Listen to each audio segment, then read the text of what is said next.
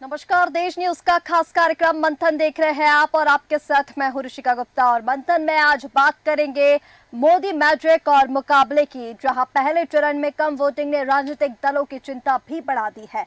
दूसरे चरण के भाजपा सहित अन्य दल रणनीति बदलने की तैयारी में हैं और चुनावी प्रचार में पूरी ताकत भी झोंकती है। नांदेड़ रैली में राहुल पर गरजे पीएम मोदी ने कहा कि पहले अमेठी छोड़ी, अब वायनाड भी छोड़ेंगे। बोले चुनावी बाद शहजादी के लिए सीट रिजर्व है। इधर राजस्थान के कोटा में केंद्रीय गृह मंत्री अमित शाह ने कहा कि अगर आपने 2019 में कांग्रेस को वोट दिए होते तो कोटा पीएफआई का गढ़ बन जाता।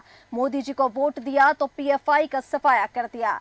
वही कांग्रेस विकास विरोधी पार्टी है, यह भी अमित शाह की ओर से कहा गया। इधर अमरोहा में कांग्रेस सांसद राहुल गांधी ने जनसभा को संबोधित करते हुए कहा कि चुनाव में एक तरफ इंडिया गठबंधन और दूसरी तरफ भाजपा और आरएसएस, ये विचारधारा की लड़ाई है। इंडिया गठबंधन संविधान और लोकतंत्र की रक्षा कर रहा है और भाजपा आरएसएस के लोग संविधान और लोकतंत्र को खत्म करने में लगे हुए हैं। तो जहां आप देखेंगे एक तरफ चुनावी प्रसार जो है वो जोरों पर है, जहां पहले चरण की वोटिंग के बाद राजनीतिक दलों की चिंता भी बढ़ गई है और इसके साथ ही मंथन भी इसको लेकर शुरू हो गया। भाई दूसरी ओर आज आप देखें, चाहे एक के बाद एक प्रधानमंत्री नरेंद्र मोदी ने रोड शो किए, रैलियां की, सभा संबोधित की और इसी संबोधन में विपक्ष पर जमकर निशाना साधा।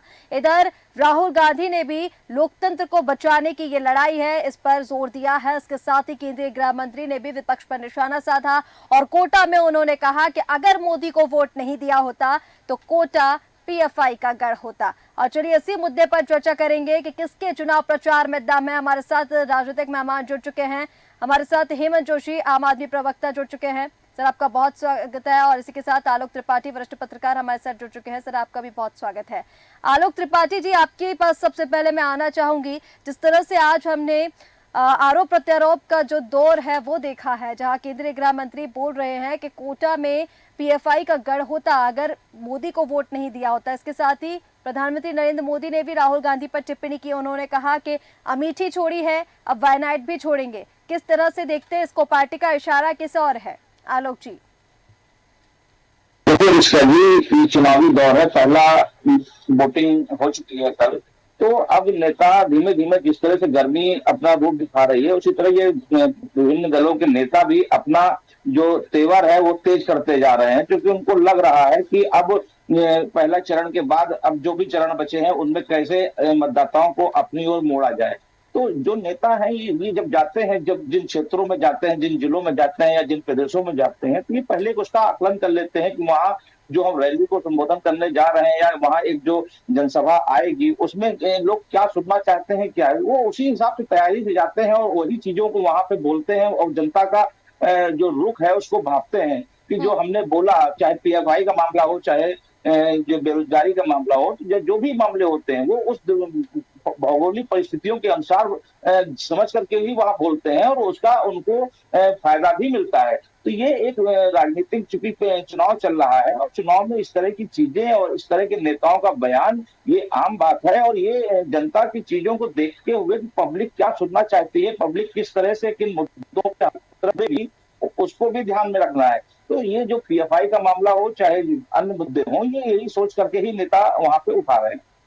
ठीक है आलोक त्रिपाठी जी, लेकिन जिस तरह से चुनाव प्रचार हम देख रहे हैं, पहले चरण के पहले भी हमने धमाकेदार चुनाव प्रचार देखे, ताबड़तोड़ रैलियां देखी, एक के बाद एक रोड शो हमने देखे, चाहे वो राहुल गांधी हो या फिर प्रधानमंत्री नरेंद्र मोदी हो। लेकिन पहले चरण के मतदान जो हुए हैं उसके जो नतीजे हमने देखे, जो वोट प्रतिशत हमने देखा, मतदाताओं में उतना उत्साह देखने को नहीं मिला जितना कहा जा रहा था। इस बार तो यह आकलन लगाया जा रहा था कि 2019 से ज्यादा वोट प्रतिशत होगा, लेकिन पहले चरण के बाद पार्टियों की चिंता जो है वो बढ़ चुकी है। आलोक जी। बिल्कुल बिल्कुल इसका जी, देखिए अब इसके पीछे कारण जो भी हो, चाहे गर्मी का भी हम कारण ले सकते हैं कि इतनी प्रचंड गर्मी पड़ रही है, और दूसरा जो राजनीतिक दलों के नेता हैं ये कहेंगे कि ये वोटों को प्रतिशत कैसे बढ़े उस पर बहुत ज्यादा फोकस नहीं करते। ये अपने मुद्दे को लेकर के अब कैसे मतों का ध्रुवीकरण कराएं उस पर ज्यादा करते हैं। अगर यही वोटिंग 70-80% हो तो हमको लगता है नतीजे कुछ और हो जाएंगे, कुछ परिणाम कुछ और निकलेंगे, क्योंकि आज भी बहुत बड़ी संख्या ऐसी है। अगर 60% हम वोट मान लें तो यानी कि 40% ऐसे लोग थे जिन्होंने वोट ही नहीं दिया। वो क्या चाहते हैं उसके बारे में कोई जान ही नहीं पाया। तो जितनी ज्यादा से ज्यादा वोटिंग हो उस पर ध्यान दिया जाए, और सरकार को मुझे तो लगता है जो भी इस बार के चुनाव परिणाम आए वो जो भी जो हो ठीक है, लेकिन भविष्य में कैसे मत प्रतिशत बढ़े, कैसे लोगों को मतदान अनिवार्य किया जाए, उनको लगे कि अगर मतदान नहीं करेंगे तो सरकारी जो सुविधाएं वो नहीं मिलेगी, इस तरह का कुछ ऐसा व्यवस्था करेंगे तो शायद मतदान का प्रतिशत बढ़े, और जो सही रिजल्ट है या परिणाम है, या जो लोग नहीं वोट डालने आए हैं वो वोट कैसे डालेंगे, उस पर भी फोकस किया जा सकता है। बिल्कुल आलोक त्रिपाठी जी, और हमारे साथ आम आदमी पार्टी प्रवक्ता हेमंत जोशी भी बने हुए हैं। हेमंत जोशी जी, आपके पास मैं आना चाहूंगी। हालांकि राहुल गांधी ने ये कहा कि जो इंडिया गठबंधन की लड़ाई है वो विचारधारा को लेकर है, और ऐसा क्यों लगता है कि लोकतंत्र को खत्म करने की कोशिश की जा रही है, या फिर जो संविधान है वो खतरे में है? जिस तरह से इंडिया गठबंधन की ओर से लगातार बातचीत सामने आ रही है, अब चुनाव प्रचार है, चुनाव का समय है, चुनाव प्रचार तो किया ही जाएगा, इसको लेकर ये क्यों सामने आता है कि लोकतंत्र खतरे में है? ऐसा क्यों लगता है हेमंत जोशी जी? देखिए, चुनाव का समय है तो चुनाव प्रचार किया जाएगा, ये ठीक, पर चुनाव प्रचार किस मुद्दे पे किया जाएगा? अभी चुनाव प्रचार में महंगाई जैसा मुद्दा गौण है, महंगाई पे कोई बात नहीं हो रही है। पहले बोला था 2 करोड़ रोजगार हर साल दूंगा, 10 साल में करोड़ रोजगार आने थे, 20 करोड़ में से 1 करोड़ रोजगार भी नहीं आए। तो रोजगार पे कोई बात नहीं हो रही है, महंगाई पे कोई बात नहीं हो रही है, भ्रष्टाचार नहीं हो रही है, जो युवा बेरोजगार घूम रहे उसके ऊपर कोई बात नहीं हो रही है, किसानों को एमएसपी पे कोई बात नहीं हो रही है। के बारे में बोला गया था कि 2022 में उनकी आय दुगनी हो जाएगी, दुगनी की बात कर रहे हो। उनको स्वामीनाथन आयोग की रिपोर्ट के अनुसार तो उनको एमएसपी नहीं मिल पा रहा है, जो वो मिली नहीं है, जो बीच के अड़तियां है वो उसके ज्यादा प्रॉफिट ले रहे हैं। तो जो चुनाव प्रचार किन बातों पे हो रहा है? सबसे बड़ी बात यह है कि जो जो मूलभूत मुद्दे हैं जिनसे आम जनता परेशान है, जिनको जनता को एड्रेस करना चाहिए कि महंगाई इतनी हो गई, हम इतने हमारी जीडीपी इतनी बढ़ जाएगी पर लोगों के पर कैपिटल इनकम भी बढ़ जाएगी, उनको ये भी हो जाएगा। तो महंगाई के मुद्दे पे एड्रेस करिए, युवाओं को रोजगार के मुद्दे पर एड्रेस करिए, भ्रष्टाचार जो इतना बढ़ गया है उसके ऊपर करिए। घोटालेबाज इलेक्टोरल बॉन्ड में कितनी बड़ी वाले पकड़ में आए। शरद रेड्डी जो मेन, लेकिन पीएम मोदी की ओर से कहा गया है हेमंत जी कि भ्रष्टाचार को लेकर तो सबसे बड़ी कार्रवाई हो रही है। भ्रष्टाचार को लेकर अगर उन्होंने कहा कि आगे 5 साल में और ज्यादा कड़ी कार्रवाई होगी, और जिस तरह से देखा जा रहा है भ्रष्टाचार को लेकर कार्रवाई तो हो रही है हेमंत जी।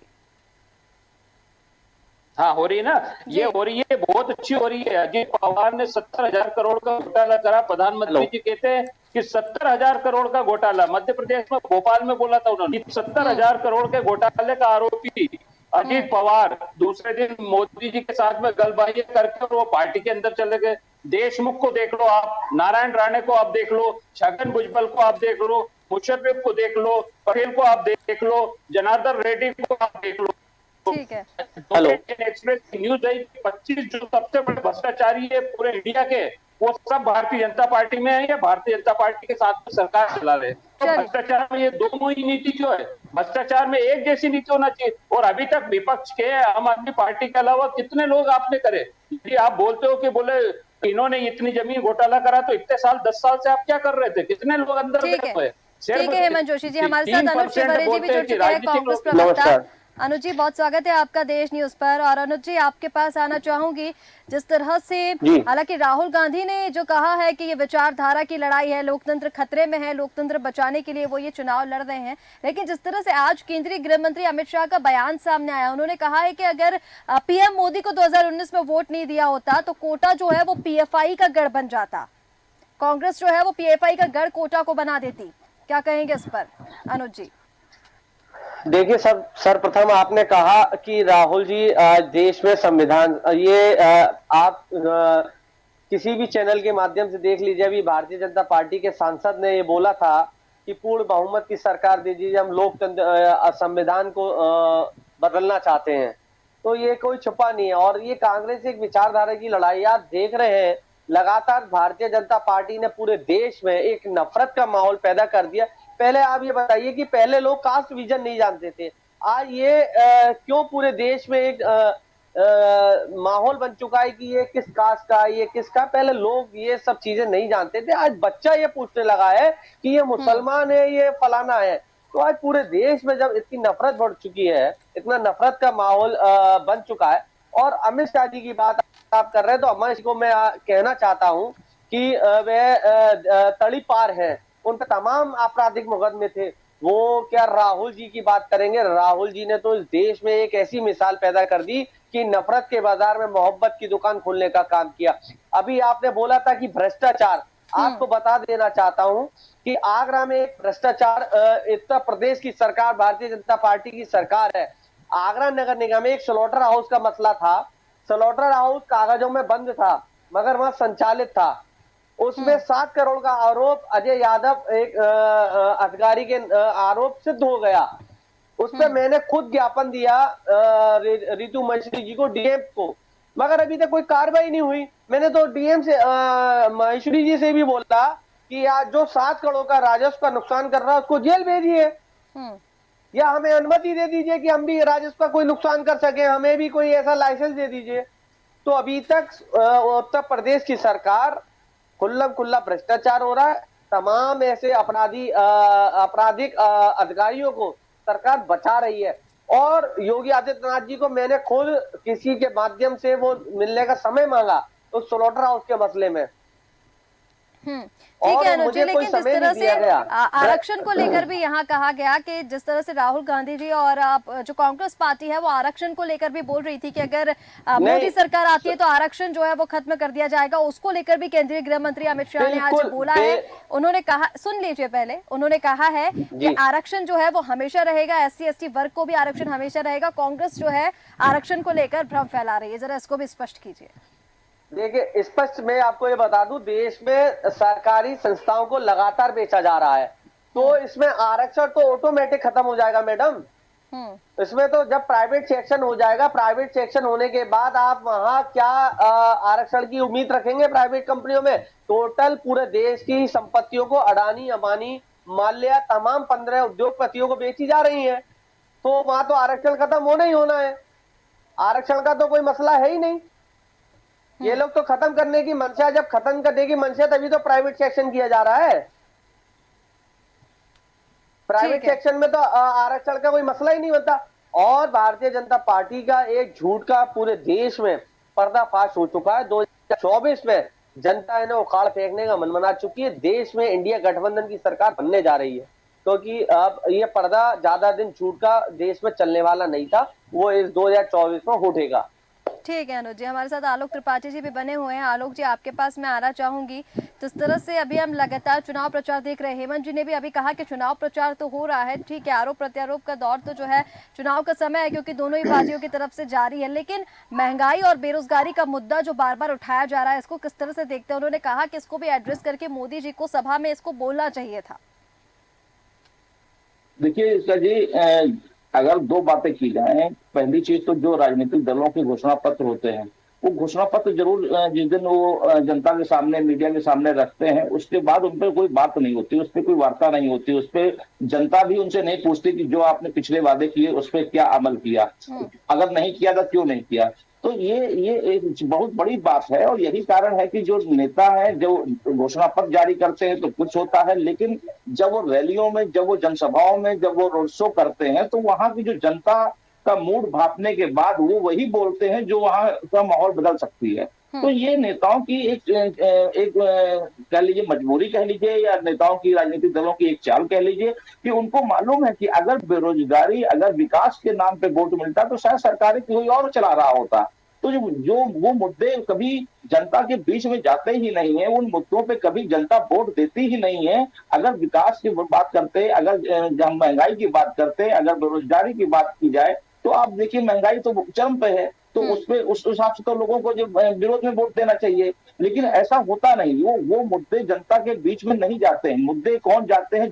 जो मतों का प्रभाव अपना डालते हैं, मतों का ध्रुवीकरण करा देते हैं। तो इन मुद्दों को, और राजनीतिक दल चूंकि बहुत ही मजे हुए खिलाड़ी होते हैं, वो ऐसी बात को, ऐसे मुद्दों को जनता के सामने रैलियों में रखते हैं कि उससे जनता का में प्रभाव पड़ता ही पड़ता है। और जनता भी भूल जाती है कि हमको महंगाई पे बात सुननी है कि या हमको बेरोजगारी पे बात सुननी है। वो उन्हीं मुद्दों में झांसे में आकर के मतों का अपना निर्णय कर लेते हैं कि हमको किस पार्टी को मत देना है। और ये आज से नहीं हो रहा, ये पिछले कई वर्षों से हो रहा है कि शुरुआत तो होती है बेरोजगारी पे कि हम बेरोजगारी की बात करेंगे, हम रोजगार की बात करेंगे, लेकिन चुनाव होता नहीं है। ये चुनाव हमेशा ही दूसरे ही मुद्दों पे होता है। और जैसे पहला चरण हुआ, पहले मतदान हुआ, उसके बाद से राजनीतिक दलों ने समझ लिया कि जनता क्या चाह रही है। अब उसी मुद्दों को लेकर के वो अगला जो मतदान होगा उसको लेकर के उन क्षेत्रों में वो जा रहे हैं। वहां ना ठीक है। विकास की बात हो रही है, ना मुद्दों की बात हो रही है। ठीक है आलोक त्रिपाठी जी, ना विकास की बात ना मुद्दों की बात। तो जिस तरह से भ्रष्टाचार को लेकर कार्रवाई की यहाँ पर बात की थी, हेमंत जोशी जी कह रहे थे भ्रष्टाचार को लेकर, क्योंकि कार्रवाई हम लगातार सुनते आ रहे हैं कि भ्रष्टाचार को लेकर कार्रवाई हो रही है और आगे आने वाले 5 सालों में कार्रवाई और कड़ी होगी।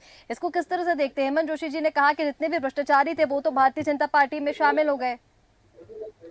जी देखिए, बिल्कुल जिस तरह से आम आदमी पार्टी के मुखिया चुनाव के थोड़ा पहले जेल चले गए, उनके कई नेता जेल चले गए, तो ये आम आदमी पार्टी के लिए चुनाव के जैसा एक मतलब राजनीतिक दलों के लिए तो ये जश्न का मौका होता है जब चुनाव होता है। उसमें उनका कोई मुखिया नहीं है, पूरा नेतृत्व करने अनुज जी आ वाला रही हूँ नहीं आपके है। पास। तो ये एक बड़ी बात है। तो भाजपा तो यही कह रही है ना कि मैं भ्रष्टाचारियों के खिलाफ कार्रवाई कर रहे हैं, लेकिन कार्रवाई कहाँ हो रही? कार्रवाई विपक्ष तो यही कह रहा है ना कि जो विपक्ष के नेता हैं उन पे कार्रवाई हो रही है, या फिर जो विपक्ष के लोग भाजपा में चले जा रहे हैं वो उनके ऊपर कोई कार्रवाई नहीं हो रही। तो भ्रष्टाचार पर नकेल तो कसी है, लेकिन क्या भ्रष्टाचारी विपक्षी हैं उन पे नकेल कसी है, ये भी देखना होगा। क्या जो भ्रष्टाचारी भाजपा में आ गए हैं या उनके सहयोगी दलों में आ गए हैं, जो देखिए कल जिन तक लोगों पर अभी यूपी में भ्रष्टाचार को लेकर कार्रवाई हो रही है आलोक जी, उनके खिलाफ तो सबूत है, कोर्ट के पास भी सबूत है, ईडी ने सबूत पेश किए हैं, उसके आधार पर कार्रवाई हो रही है। तो जो कार्रवाई हो रही है उसको तो कहीं ना कहीं सही मानना पड़ेगा ना। नहीं, बिल्कुल। देखिए, उससे कोई दो राय नहीं है कि जो हेमंत जोशी भ्रष्टाचार जी आ है या रही हैं। जिन्होंने उसमें लिप्तता रही है और उस पर कार्रवाई हो रही है, लेकिन इस तरह से अब बहुत से लोग ऐसे हैं जो उन कानूनों से दूर हैं। लेकिन लोगों की सवाल यही उठ रहा है कि क्या ये चुनाव के वक्त ही कार्रवाई करना उचित था? आज आम आदमी पार्टी से मुझे लगता है ये 5 विधानसभा वर्ष चुनाव के जिसने पहले इंतजार का किया समन होगा। भेजा गया था सर, अभी इस समय पर तो गिरफ्तारी हुई है। अगर पहले केजरीवाल जी लगता है पेश हो जाते तो फिर पहले ये कार्रवाई पहले से चली आ रही होती, अभी गिरफ्तारी नहीं हुई होती। नहीं, बिल्कुल ये बात सच है कि लेकिन जो राजनीतिक दलों के नेता तो उसको चुनाव से जोड़ के देखेंगे। ठीक है। उनको तो लग रहा है ना कि चुनाव के एंड टाइम पे इस तरह की कार्रवाई करके उन्होंने आम आदमी पार्टी का नुकसान ठीक है। करने का प्रयास किया है। ठीक है, ठीक है आलोक त्रिपाठी जी। हेमंत जी आपके पास भी पहुंच रही हूँ, पहले अनुज श्रीवारी जी आप कुछ कहना चाह रहे थे। देखिए मैडम, आपने कहा कि भ्रष्टाचार देश में इलेक्ट्रिक बॉन्ड के माध्यम से इतना बड़ा इन्होंने चंदा लिया, और जो दिल्ली के अरविंद केजरीवाल जी को जिस शराब वाले मामले में जेल में भेज रखा है, तो मैं पहले कहना चाहता हूं जो इलेक्ट्रिक बॉन्ड से इन्होंने चंदा लिया था उस शराब व्यवसायी से, उसको क्यों नहीं जेल भेजा इन्होंने?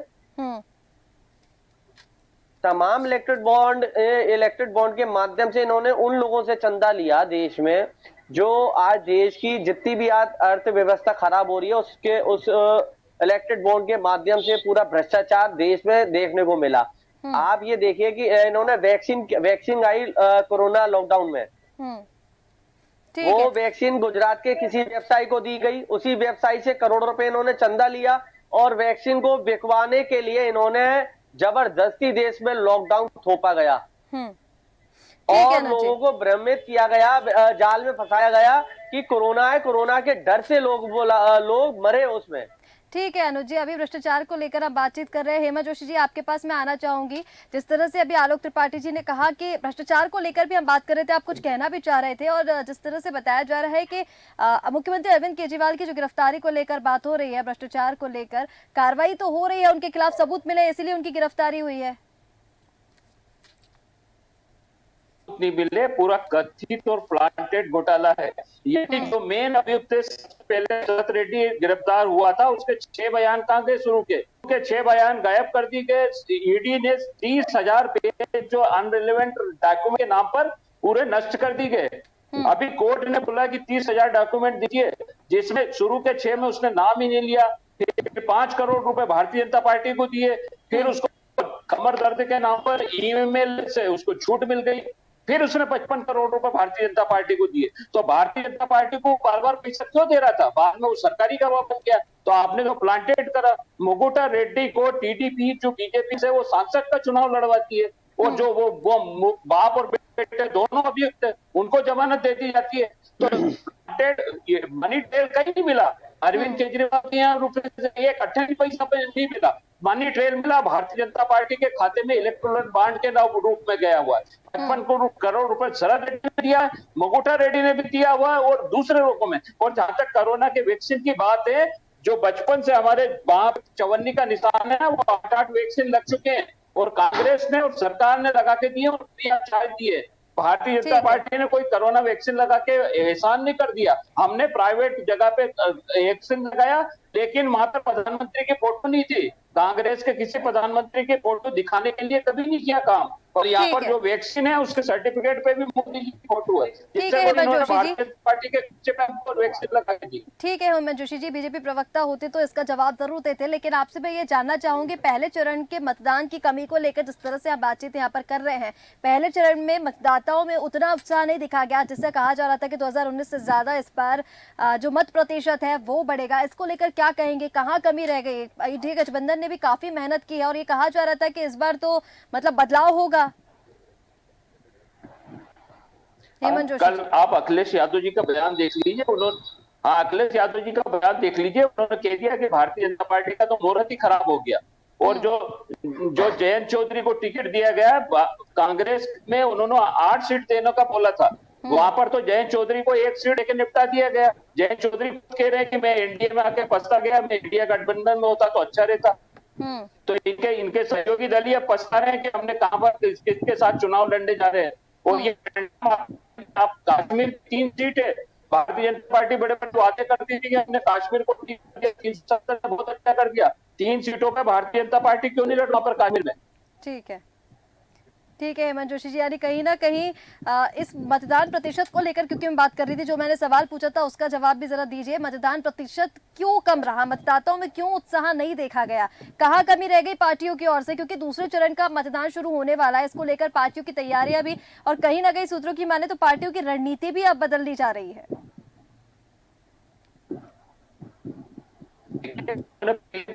तो 400 सीट लेके आ रहे हैं। अब एक आदमी ऐसा कैसा प्रदर्शन कर सकता है कि हम 400 सीट ले ही आएंगे?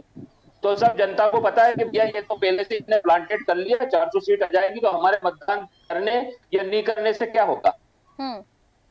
ठीक है हेमंत जी, हमारे साथ कांग्रेस प्रवक्ता भी बने हुए हैं। अनुज जी, आपसे जानना चाहूंगी पार्टी की रणनीति अब क्या होने वाली है, क्योंकि दूसरे चरण के मतदान अब जो तारीख है वो करीब है, और उसको लेकर पार्टियों ने रणनीति बदलनी भी शुरू कर दी है, क्योंकि पहले चरण के जो चुनाव के मतदान हुए हैं उससे चिंतन और मंथन दोनों ही बढ़ा दिए हैं। अनुज जी, क्या रहेगा पार्टी का स्टैंड? देखिए, हमारी रणनीति साफ स्पष्ट है। हमारे देश के हमारे कांग्रेस के राष्ट्रीय अध्यक्ष मल्लिकार्जुन खड़गे जी ने घोषणा पत्र जारी किया है, उसमें तमाम हमारा जो एजेंडा है वो स्पष्ट है। हम लोगों ने तो अपना एजेंडा जारी कर दिया है कि हमारी सरकार बनेगी तो हम ये सारी योजनाएं, चाहे वो युवा के लिए हो, चाहे पेपर लीक का मामला हो, चाहे वो क्या कहते हैं किसानों का मसला हो, आय दुगनी का, तो हम लोगों का तो एजेंडा स्पष्ट है। मगर ये आपने कहा कि मतदान कम हुआ है, ये एक चिंता, हमारे लिए चिंता का विषय ये आपने कहा। तो ये आप ये देखिए, मतदान कम होने का एक तो गर्मी का माहौल भी है, और लोग भारतीय जनता पार्टी से हताश और नताश है। तो उन्होंने जो हाई जेटली था उन्होंने वोट नहीं करा है। ठीक है अनुज जी, हमारे साथ आलोक त्रिपाठी जी भी बने हुए हैं। आलोक जी, एक आखिरी प्रतिक्रिया इसी पर मैं आपकी लेना चाहूंगी। जिस तरह से अनुज जी ने कहा, तो यहाँ पर ये चीजें एकदम साफ क्लियर हो रही है, जिस तरह से भारतीय जनता पार्टी तो मंथन अब इस पर कर ही रही है, चुनाव की रणनीति बदली जा रही है और गहनता से इस पर मंथन किया जा रहा है, लेकिन दूसरी ओर विपक्ष का यह आरोप भी है कि भारतीय जनता पार्टी के प्रति उदासीनता के चलते जो मतदान प्रतिशत है वो इस बार कम रहा। कैसे देखते हैं इसको? देखिए, ये अभी कह पाना बड़ा मुश्किल होगा, और उन्होंने किस परिप्रेक्ष्य में कहा, क्योंकि अभी ये नहीं कह सकते कि जो मतों का प्रतिशत 60% जो लगभग लोगों ने वोट डाला वो कौन लोग थे, किसके पक्ष में गए, ये तो चुनाव के परिणाम बताएंगे। लेकिन ये जरूर बात है कि इस बार सभी राजनीतिक दलों के मुखिया नेता ये प्रयास कर रहे हैं कि ज्यादा से ज्यादा लोग वोट डालने आए, लेकिन फिर भी लोग घरों से नहीं निकल रहे हैं, वोट डालने नहीं आ रहे हैं। इस पे भी एक सर्वे होना चाहिए, नेताओं को इस पे कराना चाहिए कि आखिर ऐसा क्या कारण है कि लोग या उनके प्रति लोगों में नाराजगी है, या वो लोग उनसे दूर रहना चाहते हैं उस राजनीति से, या जो नेता वादा करता है उस वादों पर खरा नहीं उतरता है, या वो देखते हैं कि हर 5 साल बाद एक नया नेता आता है और मीठी मीठी बातें करके चला जाता है, जनता को ठग देता है। तो ये सब कई कारण हो सकते हैं जिससे जनता के अंदर निराशा हो, हताशा हो, और उसको लगता हो कि हम अपना क्यों समय बर्बाद करें। तो ये एक, लेकिन उसको सोचना चाहिए कि उसके एक एक वोट का महत्व है, उसके वोटों का प्रतिशत बढ़ने से हो सकता है कि राजनीतिक दलों का जो परिवर्तन है वो हो जाए। तो ये बड़ी बात है, उनको अपना मत का प्रयोग करना चाहिए, और जितना ज्यादा मतों का प्रतिशत बढ़ेगा, मुझे लगता है चुनाव का परिणाम भी बदलेगा और राजनेताओं के जो प्रत्याशी हैं उनकी धड़कनें भी तेज होंगी, क्योंकि मत प्रतिशत कम होने से उनको भी वो सही मतों का अंदाजा नहीं लग पाता है। बिल्कुल आलोक त्रिपाठी जी, यहाँ पर आपने ठीक कहा कि मत प्रतिशत अगर कम है तो यहाँ पर राजनीतिक दलों की मेहनत और चिंता दोनों ही पड़ गई है। आप सभी मेहमानों का हमारे साथ जुड़ने के लिए बहुत शुक्रिया। तो आज इस खास कार्यक्रम में जिस तरह से हमने देखा, पहले चरण में जो मतदान प्रतिशत कम हुआ, कहीं ना कहीं उसको लेकर विपक्ष का ये आरोप है कि बीजेपी के प्रति उदासीनता के चलते मत प्रतिशत कम रहा है। हालांकि माहौल भी गर्मी का और उसको भी देखते हुए मत प्रतिशत ये कहा जा सकता है कम रहा, लेकिन कहीं ना कहीं इसने दूसरे चरण के मतदान के लिए जो राजनीतिक दलों की मेहनत है वो भी बढ़ा दी है, चिंता भी बढ़ा दी है, मंथन भी बढ़ चुका है, और इसको लेकर अब जो पार्टियों की रणनीतियां है वो भी बदलनी होंगी। और दूसरे चरण के मतदान के लिए क्योंकि तारीख नजदीक है, उसको लेकर प्रचार प्रसार जो है वो जोरों शोरों से चल रहा है। देखना होगा कि अब दूसरे चरण में जो मतदान का प्रतिशत रहेगा वो कितना रहने वाला है। फिलहाल हमारे इस खास कार्यक्रम मंथन में इतना ही। आप बने रहे देश न्यूज के साथ। नमस्कार।